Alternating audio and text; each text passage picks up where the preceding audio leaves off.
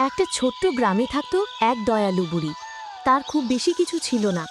একটা টিনের ঘর, একটা সবজির বাগান, আর সবচেয়ে প্রিয় ছিল তার একটা মুরগি আর ছোট্ট হলুদ বাচ্চা। বুড়ি সকাল বিকেল তাদের আদর করত, খাবার দিত আর নিজের ছেলের মতো দেখত। কিন্তু গ্রামের পাশের জঙ্গলে থাকতো এক চালাক শিয়াল। সে মুরগির বাচ্চাদের দেখে অনেক দিন ধরে খেতে চাইছিল। একদিন রাতের বেলা সে চুপি চুপি বুড়ির ঘরের পাশে এসে গেল।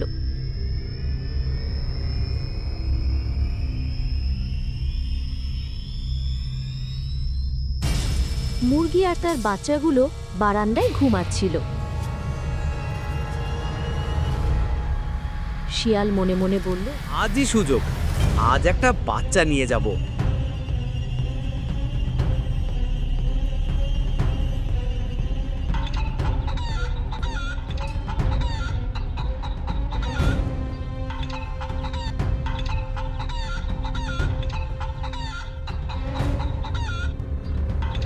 ওগো, আমার বাচ্চাটাকে কি নিল?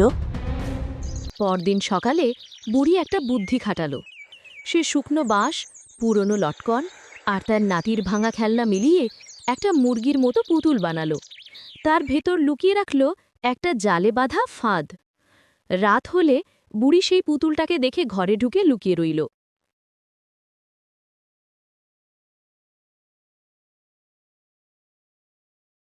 ঠিক তখনই শেয়াল আবার এলো।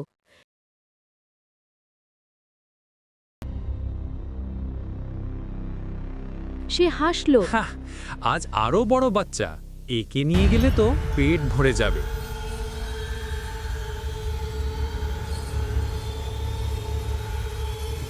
শিয়াল পুতুল মুরগিটাকে মুখে ধরে টান দিতেই হঠাৎ হাত বন্ধ হয়ে শিয়াল জালে আটকা পড়ল।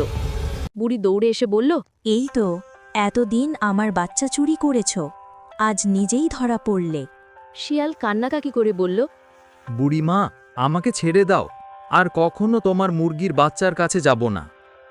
বুড়ি দয়া করে তাকে ছেড়ে দিল, কিন্তু শর্ত দিল, যদি আর কখনো আমার বাচ্চাদের চোখে চোখ পড়ে, তুই জঙ্গলের দিকেই দৌড় দিবি।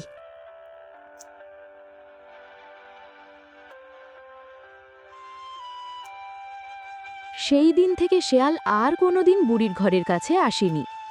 বুড়ি আবার হাসি মুখে তার মুরগি বাচ্চাদের নিয়ে খুশিতে দিন কাটাতে লাগল।